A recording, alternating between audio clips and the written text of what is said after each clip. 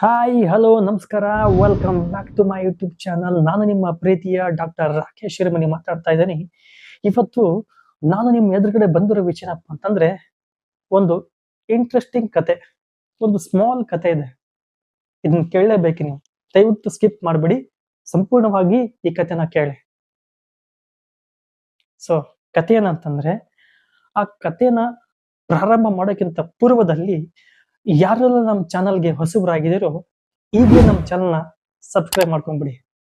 ಹಾಗೆ ಪಕ್ಕದ bell icon press ಮಾಡೋದನ್ನ ಮರಿಬೇಡಿ. ನಿಮ್ಮ ಒಂದು ಸಬ್ಸ್ಕ್ರೈಬ್ ನಮಗೆ ಈ ತರದ ಇನ್ನಷ್ಟು ವಿಡಿಯೋಗಳನ್ನ ಮಾಡಲಿಕ್ಕೆ ಇನ್ನಷ್ಟು ಸ್ಕೋಪ್ ಕೊಟ್ಟಾಗ ಆಗತ್ತೆ ಅಂತ ಹೇಳ್ತಾ, ಹಾಗಾದ್ರೆ ಕತೆನ ಕೇಳಕ್ಕೆ ನೀವು ರೆಡಿನಾ? ಬನ್ನಿ ನೋಡ್ಕೊಂಡು ಬರೋಣ. ನೋಡಿ, ನೀವೆಲ್ಲ ಚೀನಾದಲ್ಲಿ ಅಗರ್ಭ ಶ್ರೀಮಂತ ವ್ಯಕ್ತಿ ಜಾಕ್ ಮಾ ಅಂತೆಲ್ಲ ಹೆಸರು ಕೇಳಿರ್ತೀರ.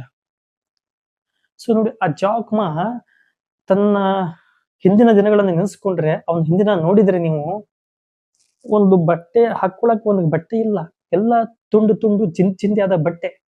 ಅಂತ ತೀರ ಬಡತನ, ತೀರ ಕಷ್ಟ. ಈಗ ಆ ವ್ಯಕ್ತಿ ಅಗರ್ಭ ಶ್ರೀಮಂತ ವ್ಯಕ್ತಿ ಆದ.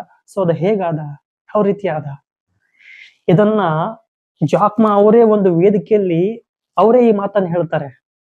ಅವ್ರು ಹೇಳಿದ ಮಾತನ್ನ ನಾನು ನಿಮ್ಗೆ ಇಲ್ಲಿ ಹೇಳ್ತಾ ಇದ್ದೇನೆ ಅಷ್ಟೇ. ಸೊ ಅವ್ರು ಏನ್ ಹೇಳಿದ್ರು ಅಂತಂದ್ರೆ, ಅವರು ಅಷ್ಟು ಶ್ರೀಮಂತ ವ್ಯಕ್ತಿ ಆಗ್ಲಿಕ್ಕೆ ಅದ್ರ ಹಿಂದೆ ಕಾರಣ ಏನು, ಅವ್ರು ಹೇಗಾದ್ರು, ಯಾಕಾದ್ರು ಅನ್ನೋದು ಅವ್ರು ಹೇಳ್ತಾರೆ. ನೋಡಿ ಏನ್ ಹೇಳ್ತಾರ ಅಂತಂದ್ರೆ, ಒಬ್ಬ ಮನುಷ್ಯ ಒಂದ್ ಕಡೆ ಒಂದು ಕೋತಿಯ ಮುಂದ್ಗಡೆ ಒಂದ್ ಕಡೆ ದುಡ್ಡು, ಒಂದ್ ಕಡೆ ಹಣ್ಣನ್ನ ಇಟ್ರೆ ಕೋತಿ ಯಾವುದನ್ನ ಆಯ್ಕೆ ಮಾಡುತ್ತೆ? ಹಣ್ಣನ್ನ ಆಯ್ಕೆ ಮಾಡುತ್ತೆ. ಅದಕ್ಕೆ ಗೊತ್ತಿಲ್ಲ, ಆ ದುಡ್ಡಿನಿಂದ ಅಂತ ಸಾವಿರಾರು ಹಣ್ಣುಗಳನ್ನ ಏನ್ ಮಾಡ್ಬೋದು, ಕೊಂಡ್ಕೊಳ್ಬಹುದು ಅಂತ ಹೇಳಿ. ಬಟ್ ಅದು ಆಯ್ಕೆ ಮಾಡಿದ್ದೇನು? ಹಣ್ಣನ್ನ ತಗೊಂಡು ತಿಂತು, ದುಡ್ಡನ್ನ ಹಾಗೆ ಇಡ್ತು. ಸೊ ಕೋತಿನ ಈಗ ಸರಿಸ್ಬಿಡೋಣ. ಅದೇ ಜಾಗದಲ್ಲಿ ಒಬ್ಬ ಮನುಷ್ಯನನ್ನ ನಿಲ್ಸಿದ್ರೆ, ಒಂದ್ ಕಡೆ ಏನು ಗೌರ್ಮೆಂಟ್ ಜಾಬ್, ಮತ್ತೊಂದ್ ಕಡೆ ಬಿಸಿನೆಸ್. ಇವೆರಡನ್ನ ಮುಂದ್ಗಡೆ ಇಟ್ಟು ಮನುಷ್ಯನ ಆಯ್ಕೆ ಮಾಡು ಅಂತ ಹೇಳಿದ್ರೆ, ಮನುಷ್ಯ ಏನ್ ಮಾಡ್ತಾನೆ ಗೊತ್ತಾ? ಗೌರ್ಮೆಂಟ್ ಜಾಬ್ ಅನ್ನೇ ಆಯ್ಕೆ ಮಾಡ್ಕೊಳ್ತಾನೆ, ಸೆಕ್ಯೂರ್ ಆಗಿರ್ತಾನೆ. ನಾನ್ ಗೌರ್ಮೆಂಟ್ ಜಾಬ್ ಸಿಕ್ತಪ್ಪ, ನಂಗೆ ಟೆನ್ಷನ್ ಇಲ್ಲ, ಆರಾಮಾಗಿರ್ತೀನಿ ಅಂತ.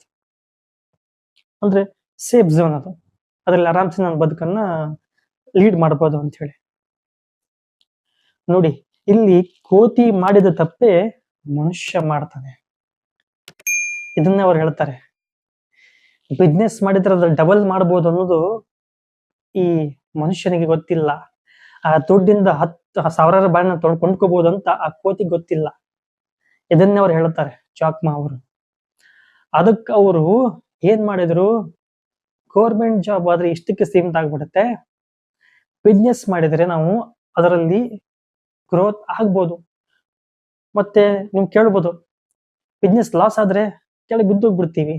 ನೋಡಿ, ಒಂದು ಪಂದ್ಯ, ಏನೋ ಒಂದು ಆಟ ಅಂತ ಅಂದ್ಮೇಲೆ ಒಂದು ಸೋಲು ಗೆಲುವು ಇದ್ದೇ ಇರುತ್ತೆ.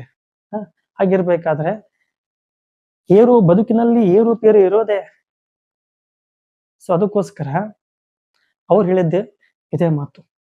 ಬಿಸ್ನೆಸ್ ಮಾಡ್ತಾರೆ, ಬಿಸ್ನೆಸ್ ಅಲ್ಲಿ ಮುಂದುವರಿತಾರೆ, ಎಂತ ಕಷ್ಟ ಬರ್ಲಿ, ಏನೇ ಬರ್ಲಿ, ನಾನು ಮುನ್ನುಗ್ತೀನಿ, ಆ ಕಡೆ ಕೇಳ್ತೀನಿ, ನಾನು ಮಾಡೇ ಮಾಡ್ತೀನಿ ಅನ್ನೋ ನಿರ್ಧಾರ ನಾವು ಮಾಡೋದಿಲ್ಲ ಬದುಕಿನಲ್ಲಿ.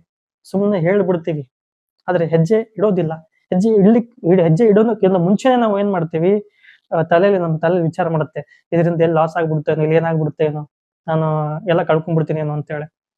ಪ್ರಯತ್ನ ಪಡೆದೇನೆ ನಾವು ಇಷ್ಟೆಲ್ಲ ಮಾತಾಡ್ಕೊಂಡು ಆಗೋ ಕೆಲಸವನ್ನ ಮುಂದೆ ಇಡದೆ ಹಿಂದೆ ಇಟ್ಟು ಅಲ್ಲೇ ಕೂತ್ಕೊಂಡ್ಬಿಡ್ತೀವಿ. ಸೊ ಹಾಗಾಗಿ ನಾವು ಮುಂದೆ ಬರ್ಲಿಕ್ಕೆ ಸಾಧ್ಯ ಇಲ್ಲ, ಬೆಳವಣಿಗೆ ಆಗ್ಲಿಕ್ಕೆ ಸಾಧ್ಯ ಇಲ್ಲ. ಸೊ ಅದಕ್ಕೆ ಅವ್ರು ಹೇಳಿದ ಮಾತಿದೆ, ಬಿಸ್ನೆಸ್ ಮಾಡಿ ಬೆಳೀರಿ, ಯಾವ್ದಾದ್ರು ಮಾಡಿ, ಸಣ್ಣ ಪುಟ್ಟ ಮಾಡಿ, ಏನಾದ್ರು ಮಾಡಿ, ಅದು ಬೆಳೀತಾ ಹೋಗಿ ಅನ್ನೋದು ಅವರು ಹೇಳಿದ್ರು. ಸೊ ಇದು ನಿಮಗೆ, ಈ ವಿಷಯ ನಿಮ್ಗೆ ಇಷ್ಟ ಆಗಿದ್ರೆ, ಈ ಒಂದು ಕತೆ, ಈ ಒಂದು ತುಣುಕು ಇಷ್ಟ ಆಗಿದ್ರೆ, ಸಾಧ್ಯವಾದಷ್ಟು ನಿಮ್ಮ ಸ್ನೇಹಿತರಿಗೆ, ಬಂಧು ಬಾಂಧವರಿಗೆ ಶೇರ್ ಮಾಡಿ ಅಂತ ಹೇಳ್ತಾ, ಹಾಗೆ ನಮ್ಮ ಚಾನಲ್ಗೆ ಸಪೋರ್ಟ್ ಮಾಡಿ ಅಂತ ಹೇಳ್ತಾ, ನಮಸ್ಕಾರ.